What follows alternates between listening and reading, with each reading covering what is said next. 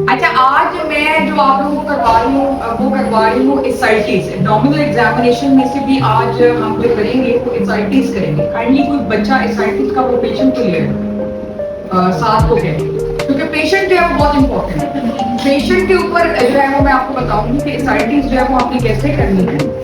एसआईटीज की scheme basically हमने discuss करनी है कि स्कीम यानी एक मरीज आपको आ गया शॉर्ट केस के तौर पर, अब आपने ये देखना है कि हमने उसको कैसे प्रोसीड करना है।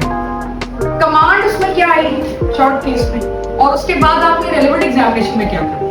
कमांड आएगी examine the abdomen and do the relevant.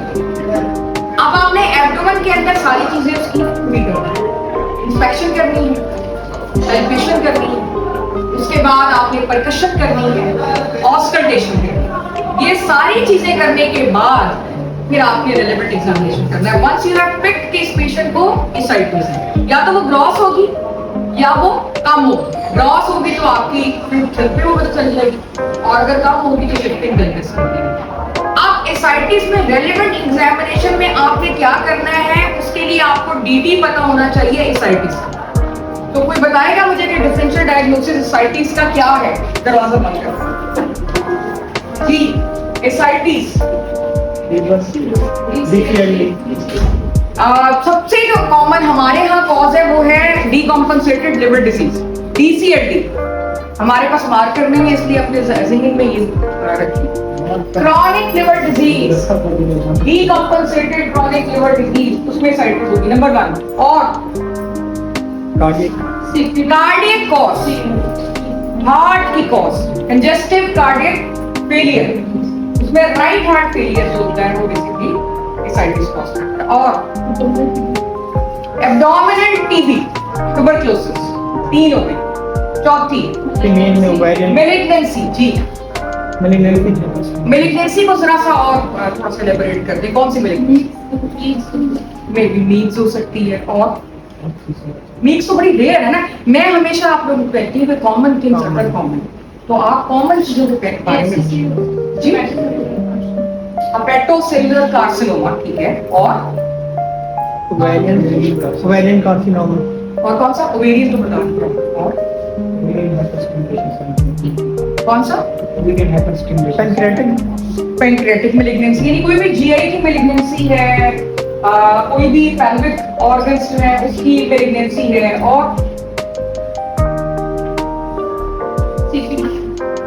CKD, ठीक है, कॉम्प्लिकेटेड डिजीज उसमें भी हो सकती है।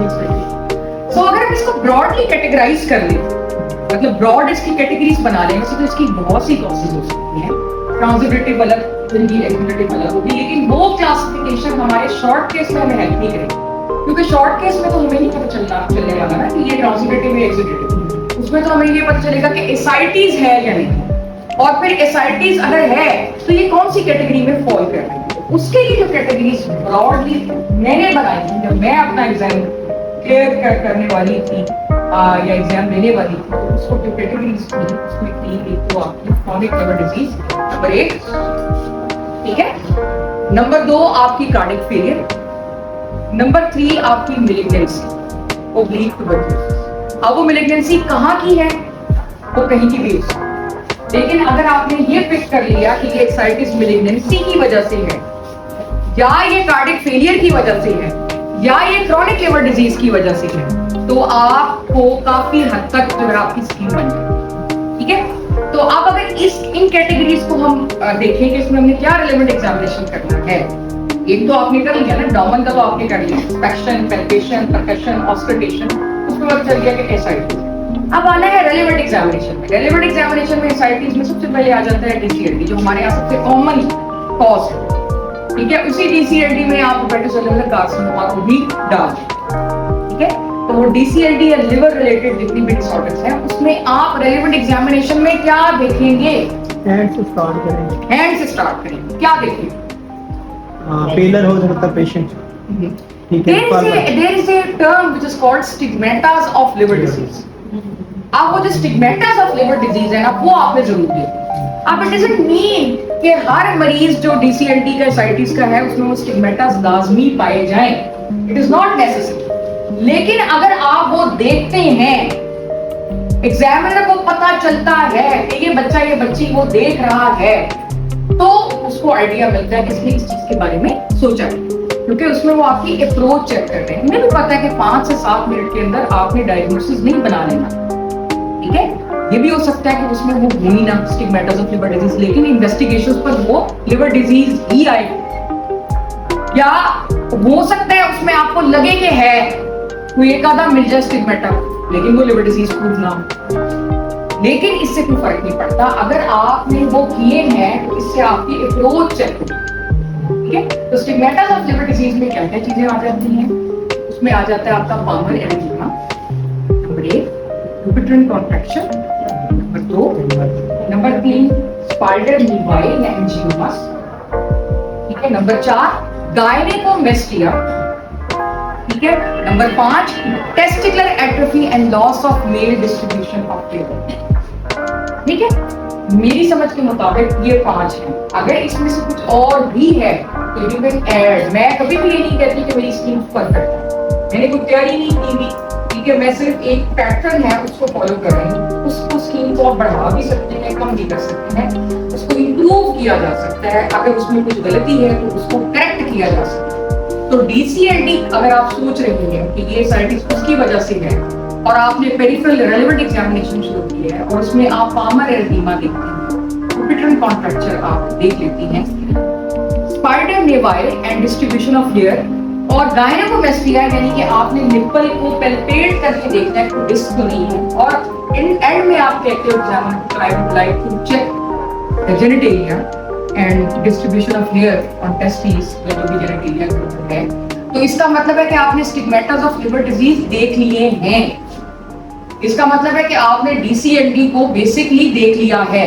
अब इसमें फ्लैपिंग ट्रेमर्स भी आप बीच में चेक कर लेते हैं, लेकिन फ्लैपिंग ट्रेमर्स और बहुत सी कंडीशंस में आ जाते हैं, जिसका CO2 नार्कोसिस में आ जाते हैं, यूरिमिक एन्सेफेलोपैथी में आ जाते हैं, तो वो इसलिए स्टिग्मेटा ऑफ लिवर डिजीज बिल्कुल कंसीडर। वैसे तो पाल्मर एडेमा भी आ जाता है, थायराइड डिजीज में, एनीमिया उसमें आ जाता है, प्रेगनेंसी में, लेकिन यूजुअली हम उसको कंसीडर कर लेते हैं कि स्टिग्मेटा ऑफ लिवर डिजीज है। जॉन्डिस को हम नहीं कंसीडर करते क्योंकि जॉन्डिस हिमोलिटिक भी हो सकती है, ठीक है।